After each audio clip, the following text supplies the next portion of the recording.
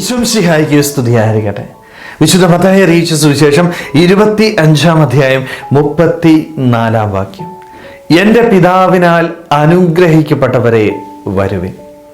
ഇന്ന് ദനഹാകാലത്തിലെ അവസാന വെള്ളിയാഴ്ച നമ്മൾ സകല മരിച്ചവരുടെയും തിരുനാൾ ആഘോഷിക്കുകയും സ്നേഹമുള്ളവരെ, നമ്മുടെ ഇടയിൽ നിന്ന് വേർപെട്ടു പോയ നമ്മുടെ പൂർവികരെ ഓർക്കേണ്ട ദിനമാണ്. ഒരുപക്ഷെ നമ്മളൊക്കെ പലപ്പോഴും അവരെ മറന്നു പോകുന്നുണ്ട്. പക്ഷെ ഒന്ന് ഓർക്കുക, അവരിൽ നിന്ന് ലഭിച്ചതാ നമുക്കൊക്കെ.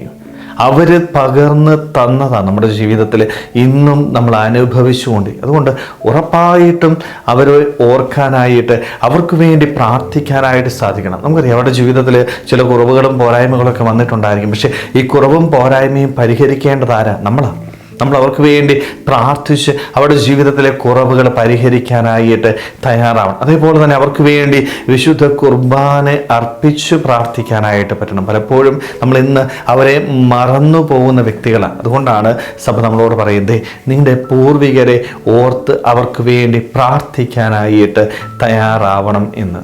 സ്നേഹമുള്ളവർ, ഇന്നത്തെ വചനത്തിൽ എൻ്റെ പിതാവിനാൽ അനുഗ്രഹിക്കപ്പെട്ടവരെ വരുവിൻ എന്ന് പറഞ്ഞ് വലതുഭാഗത്തിരിക്കുന്നവരെ ചേർത്ത് നിർത്തുന്നത് നമ്മൾ കാണുന്നുണ്ട് അല്ലേ?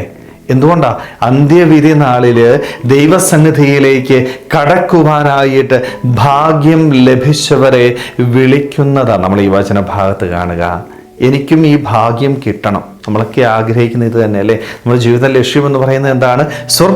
സ്വർഗം ലക്ഷ്യമാക്കി യാത്ര ചെയ്യേണ്ടവരാണ് നമ്മൾ. പക്ഷേ ഈ സ്വർഗം ലക്ഷ്യമാക്കി പോകുമ്പോൾ അന്ത്യവിധി നാളിൽ എൻ്റെ ദൈവം എന്നോട് ചോദിക്കുന്ന ചോദ്യം ഇന്നേ എൻ്റെ കയ്യിൽ കിട്ടിയിട്ടുണ്ട്.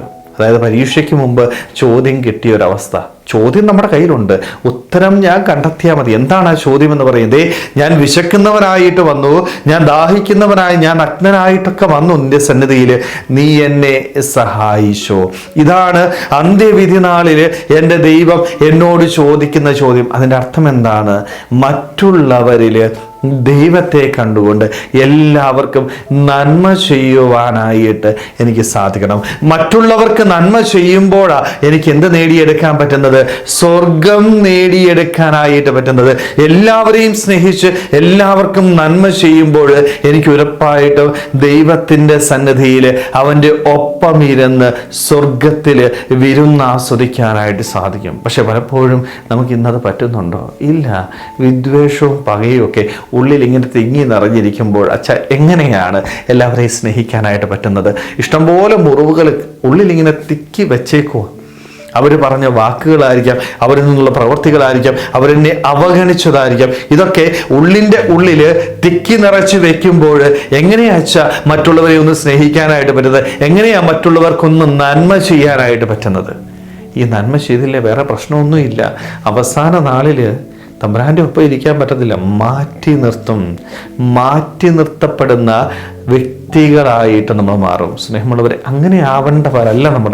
ദൈവത്തിൻ്റെ ഒപ്പം ഇരിക്കാനായിട്ട് നമുക്ക് സാധിക്കും. അതുകൊണ്ടാണ് ഈ ഭൂമിയിൽ എല്ലാവരെയും സ്നേഹിക്കാനായിട്ട് ഈശോയെക്കുറിച്ച് പറയുന്നത് എന്താ?